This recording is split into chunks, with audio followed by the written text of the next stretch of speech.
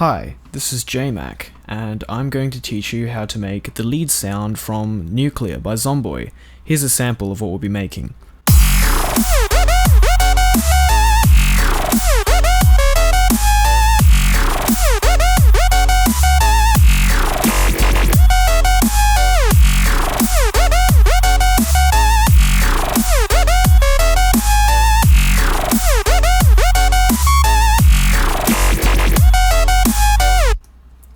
I think it sounds pretty close to the original. I mean, if you compare that, let me just drag this over a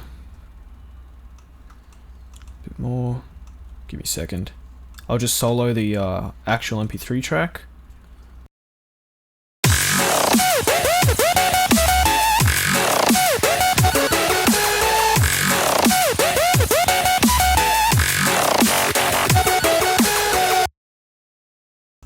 So there we go, I'll teach you how to make this.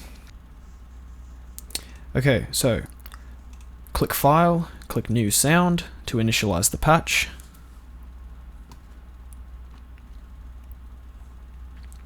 And when we have a new patch, click on the first oscillator, change the wavetable to the sine square or the sine triangle, it doesn't matter, we're using sine waves anyway.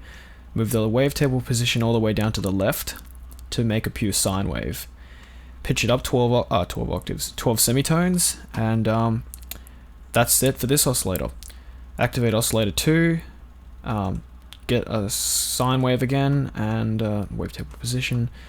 Pitch it down 3 octaves this time, negative 36 semitones. And here's important, bring the amplitude down to about 2/3 of the way so that it's pointing at around the F1 thing. That'll become important later.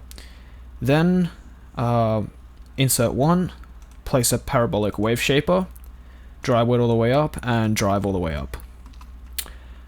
This stuff now is optional, but I like to do it because it makes it sound a little bit better.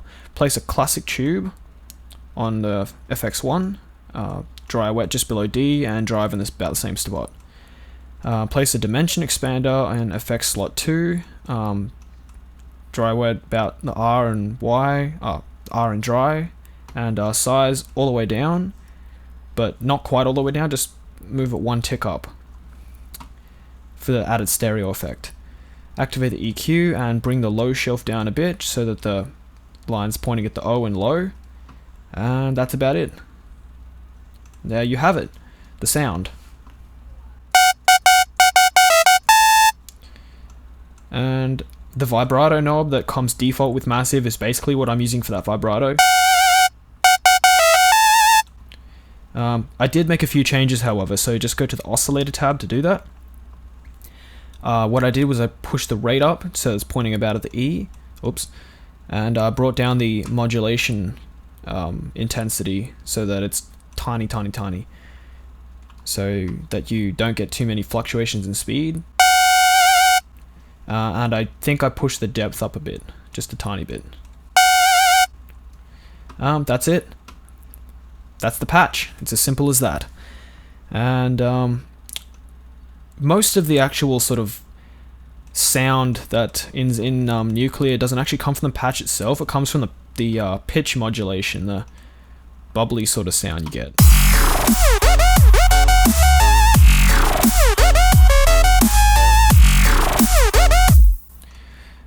What I did there was basically I went to the oscillator tab and I moved the pitch bend range to -12. I set that to 0 to prevent any upward pitch bending, because I just don't use upward pitch bending, not in this particular case. And then what I did was I went to I don't know if you can do this in any other DAWs, but I know in FL Studio you just go to the channel settings and automate this pitch knob here. You set this to 12. You don't have to, but it just looks better. And create an automation clip. I've already done that, so I'm not going to do it again, but I'll show you my automation. It's this one just here. Yeah, basically that's it. And you get hang on, where's the lead? Oops, wrong one.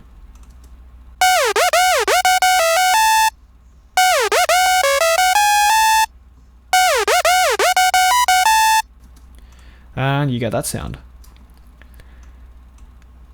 That's basically it, and automate the vibrato knob as well. To do that in FL Studio, you would click this button, tweak the vibrato knob, then you right click here and click create automation clipped. It'll just create an automation clip for the last tweak selected, and whoops, I've already done it, so I'm not going to do that again, but there's my vibrato automation.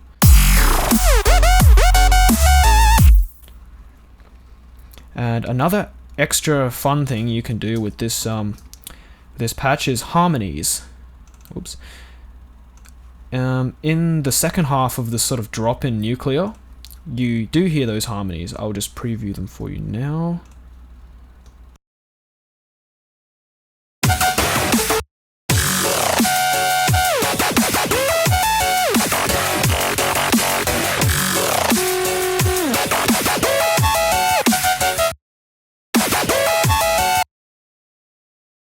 Right there.